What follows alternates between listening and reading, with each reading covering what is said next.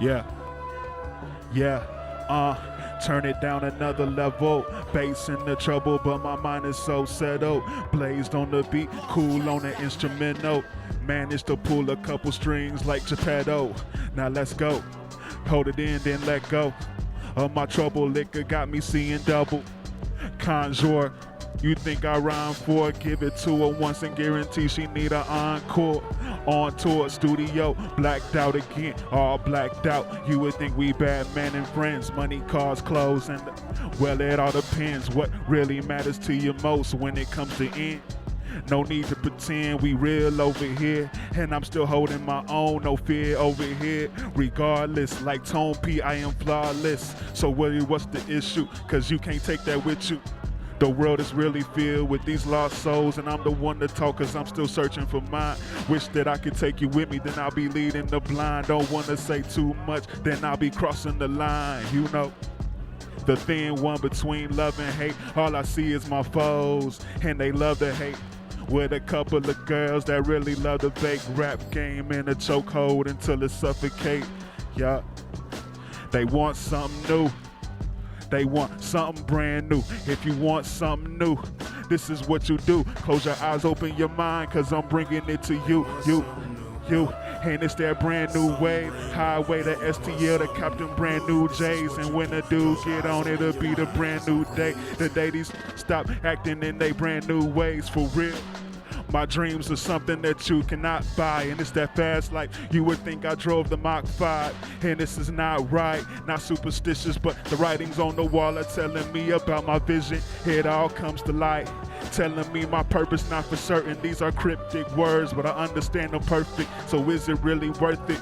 Yeah, get my dreams and get this money. Put these rappers in the bag of purses. Get to thinking I hate curses in my verses. The truth is I do, but it's way over you. And all this good, and it's good, it's way overdue. And to live out your dreams, man, that stay up to you. True, what I need to prove. And these dudes so hard to believe, like Ripley's. This week, man, could the world give me? It really ain't nothing if I'm selling my soul. Highway to hell, dude, you just paying the toll. The music sets me free, so I got nothing to owe, for real. Caught a nosebleed, blown OG with my OGs, and I give your girl, and now she's screaming out, OGs, OG.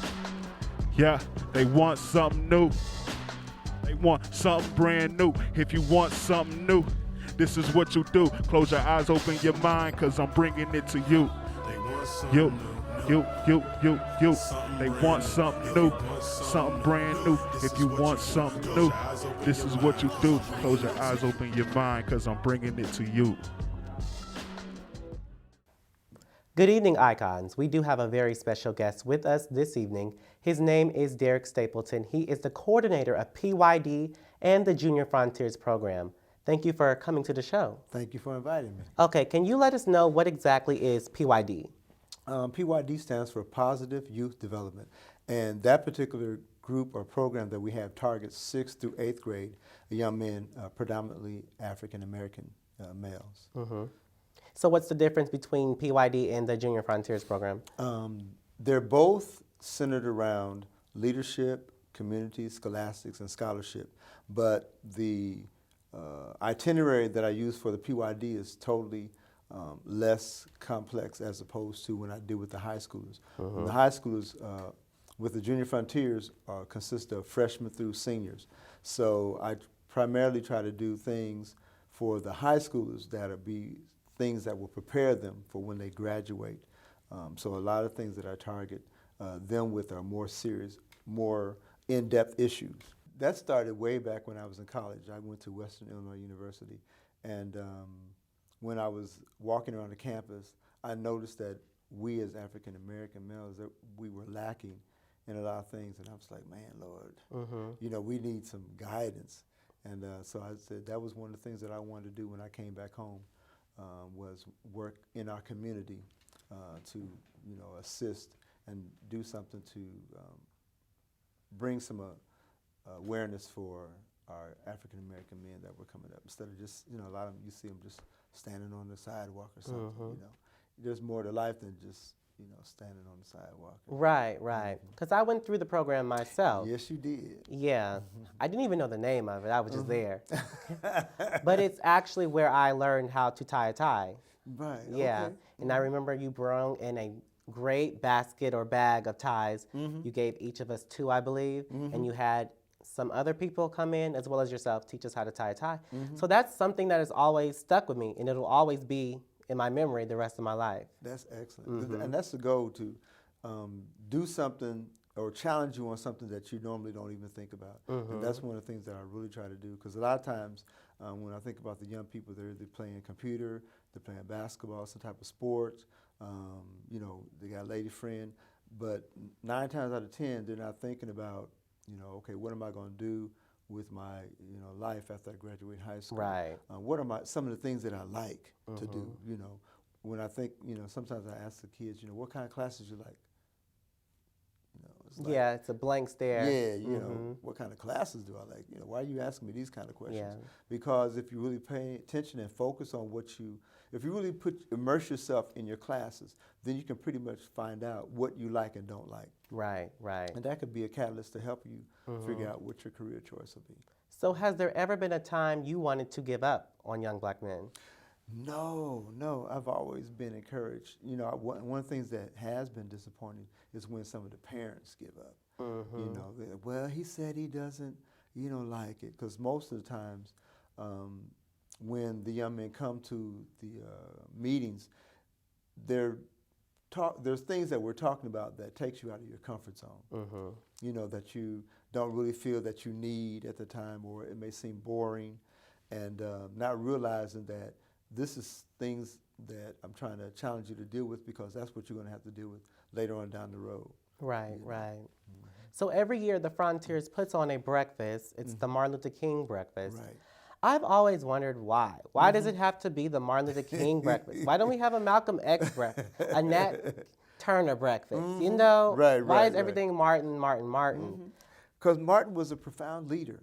He was a profound But leader. he wasn't the only one. No, he wasn't. But he was profound in moving people and challenging people to be more constructive and positive. Even though there were times that it could produce negativity, he didn't. So he really challenged people to how to overcome, a negative situation and still work through the discouragements that you may encounter, the deliberate abuse that you may encounter. He was really focused on that. It wasn't, that type of mentality, that an eye for an eye, or, you do me wrong, I'm gonna do you wrong, that type of thing. He challenged people to move beyond that. And I mean all races to move beyond that. So he was, pretty profound in doing that. So there's no hope of a Malcolm X breakfast in the future? I'm sure if somebody wanted to tackle that. But not the Frontiers. Not the Frontiers. Okay. Also, do you think the community supports the PYD and Junior Frontiers program enough? Yeah, I think, a lot of times, the Frontiers would always say, we need more young men. We need more. And I was like, we're maintaining. The young men that we have is just right. And we're just now getting to a point where I think the community is becoming more aware of us. And whenever the middle school has open houses, we try to go around to all the middle schools, because we started a 1K project where if the kid comes in at 6th grade and graduates from our high school program, he gets an automatic $1,000 scholarship to go towards any university or trade school that he would like. So we really try to target the middle schools to get that in. But there are some young men that do come in that aren't 6th grade. They may be 7th or 8th, but we still, receive them. We have another scholarship that those individuals can apply for. Okay. So since you guys have been so low-key and under the radar, why do you think that is so, if you've been around for so long? Well, I think one of the things is, which is good, we're, because there's a lot of youth programs, that. But I don't think there's a lot of programs catered directly towards just black men. Yeah. I can't name any, but yours. Right. I think one of the reasons why is the way that we, I guess, try to communicate to the public, was not really grandiose, because one of the things you have to consider is the manpower, being able to make sure that you can meet all the needs of the individuals that are encompassed in the program. Right now we have 28 young men that are in our PYD program and close to 40 guys in our high school program. And they don't all come at the same time, which is good. So we may get anywhere from 17 to 20 at a given meeting, which is a good manageable group of young men. And the main thing, we want to try to do is is to reach these young men individually and then collectively as a group. But the public, I think, is becoming more aware of us as time progresses. I think one of the things that hinders a lot of programs is when they start it, they want this automatically grandiose,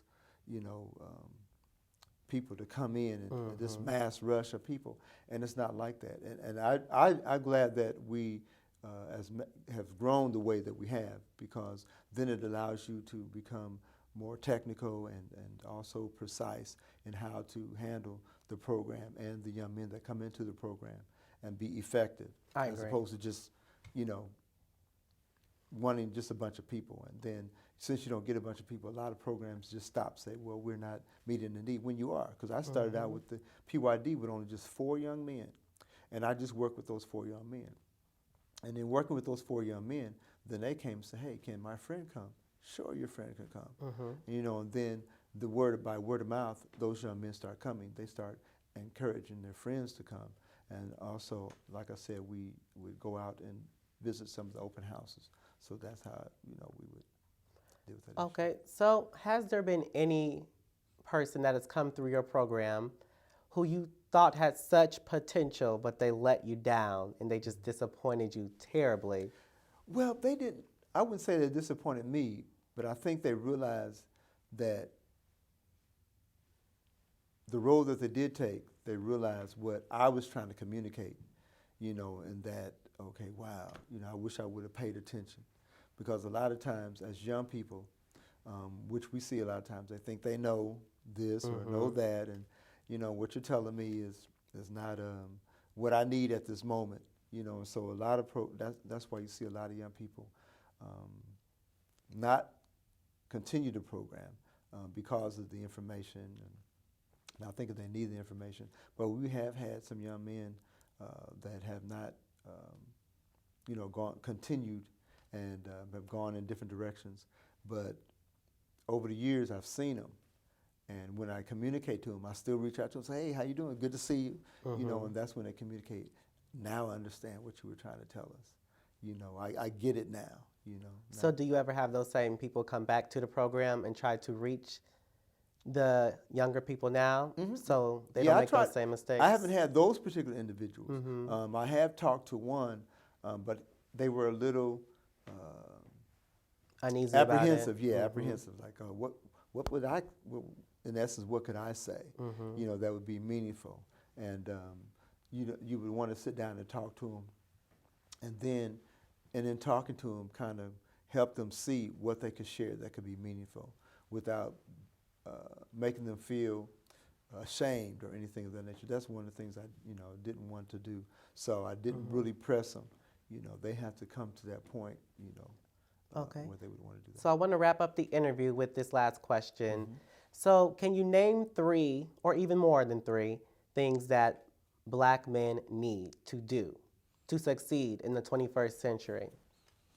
One of the things is, look at your talents and nurture the talent, and don't be embarrassed by it. I see a lot of young men that have good potential, but because their friends may not see it as something that's cool. Right, exactly. They tend to just let go and not realizing that this talent that they have could be something that will that could be their career in the long run. appreciating who you are. I mean, this is who God created me to be, you know, an African-American male, you know, and appreciate that. And when you do that, then you can teach others how to appreciate you. And just enjoy life. Enjoy life, embrace it. Yeah, because so many times we're so tense. We think the world is such against us. We don't know how to have fun. We don't know how to relax because we're always on guard. So I totally agree with that. Yeah. But I want to thank you for coming to the show. Thank you for I really inviting me. appreciate it. You're going to come back? Yeah, I'll come back. Okay. All right. This is the Vincent-Tennell Show. You have an iconic evening. Thank you. My name's Jim Smiley. I'd like to thank everybody for watching tonight. Yo, they want to see me in a morgue. They're about to see me with a sword. Before you see me on the floor, you see the skinny brother taking your haters to war. They don't understand how I stand up still. No medication, just a man up pill. No looking down once I ran uphill. The streets say I'm hot, so I cannot chill. Not waving a white flag, I'm about to fight back. Back in the corner, and that's the time I snap. Hot or cold, I lock and load. All eyes on me, I can't stop the show. A strategist, my soul is the spear that I'm using to battle with. You can't capture it, and they ask, how do you survive, Wayne? 165 in the city with a skinny nigga. Cause I is all I wanna lose in life. That's why I gotta do it right. If I'ma make it through the night, then all I'm gonna do is fight. Cause pain ain't new to me. So what you gonna do to me? If I'ma make it through the night, then all I'm gonna do. Notice the words I use. I'm so fly, I'm looking from a bird's eye view. I'll take on your whole crew before I move. More they don't want me to win, the more I do. They wanna change me to something I can't be, but I can never act like something that ain't me. The world turned its back, told me I can't rap. My whole life has felt like a cage match with no escape through the way I locked the key. Everybody wants to take a shot at me, huh? Is this some kind of prophecy? Yo, I bring the fight to you and your property. See, the turf is foreign, the rain is pouring. I don't skip a beat, I still destroy them. So how do I survive weighing 165 in the city with a skinny die? Cause I don't wanna lose in life. That's why I gotta do it right. If I'ma make it through the night, then all I'm gonna do is fight. Cause pain ain't new to me. So what you gonna do to me? If I'ma make it through the night, then all I'm gonna do is but never been knocked out. My plans ain't work, I felt like they clocked out. I school these cats, running to drop out. I feel like I made it the way that I'm talking about. Open up my mouth, hear the stress in my voice. That's why it's constantly my weapon of choice. Take a hit and keep on ticking. Getting this to keep on spitting. Keep on ripping, keep on getting. And use the hate to gas my engine. Smiley's driven like a hybrid. I can bring the violence right to your eyelids. But I ain't here to beef, girl, what you drink. I killed this beat, so what y'all think? And that's how I survive. Who ain't 165 in the city with a skinny die. Cause I all wanna lose in life. That's why I gotta do it right. Hello, my name is Jim Smiley. I'm the MC. We go by the Moon Men. We'd like to thank everybody for watching tonight. And this song is called Anti-Gravity 2014.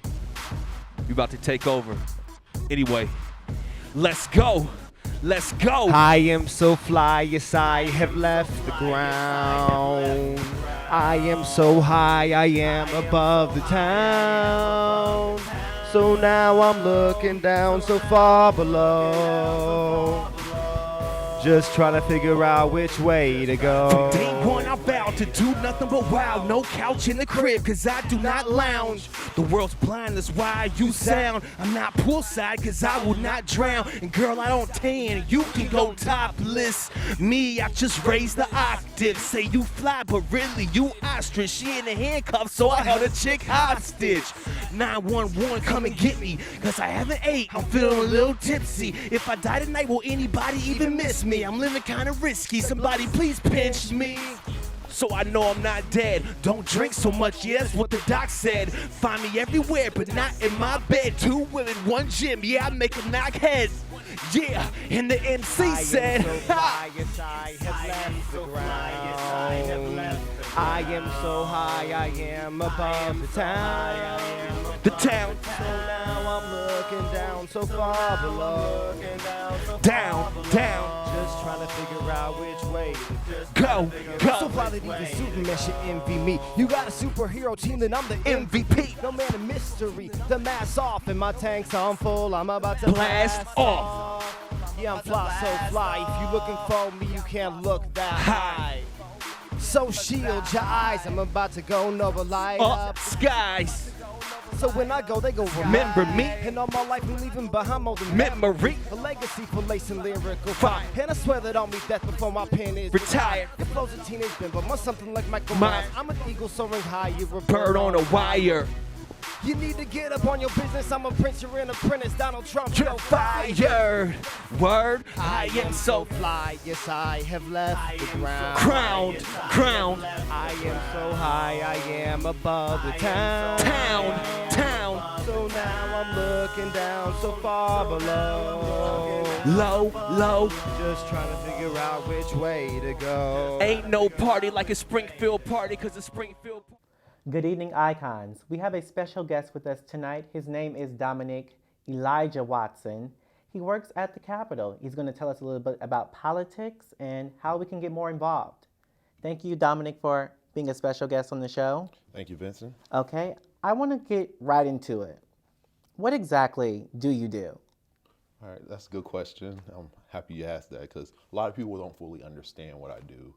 I work as a legislative assistant for a local freshman senator. His name is Andy Manar. He's very progressive. He's a Democrat. He's doing a lot of positive things in our community. Okay, so do you advise young African Americans to get involved in politics?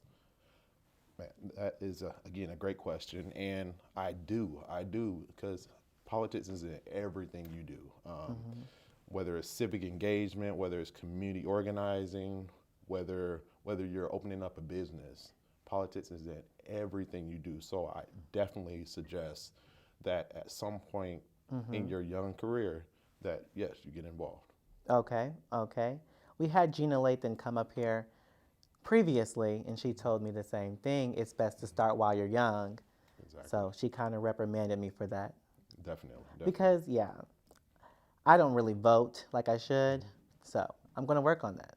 Yeah. And you know what? A lot of youth don't fully understand that your vote counts, especially at the local level. Right. Getting involved. Right. I mean, there were a couple local races where Democrats lost by few votes. We're looking at one vote here, lost an election. Right. Downtown Springfield for the Democratic Party, and it was for the school board. So that's a huge hot issue. We needed Democrats on the school board.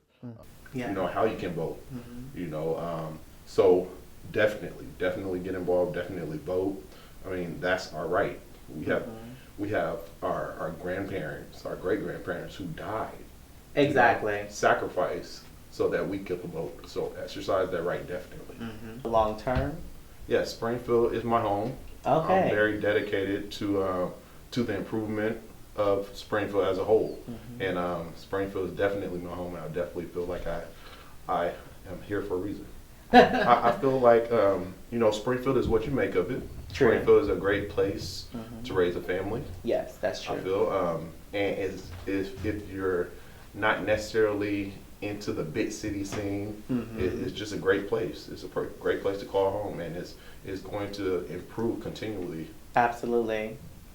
So how do you feel about dreadlocks in the workplace? Because we see your hair, Okay. and it has not affected you in your career, or has it?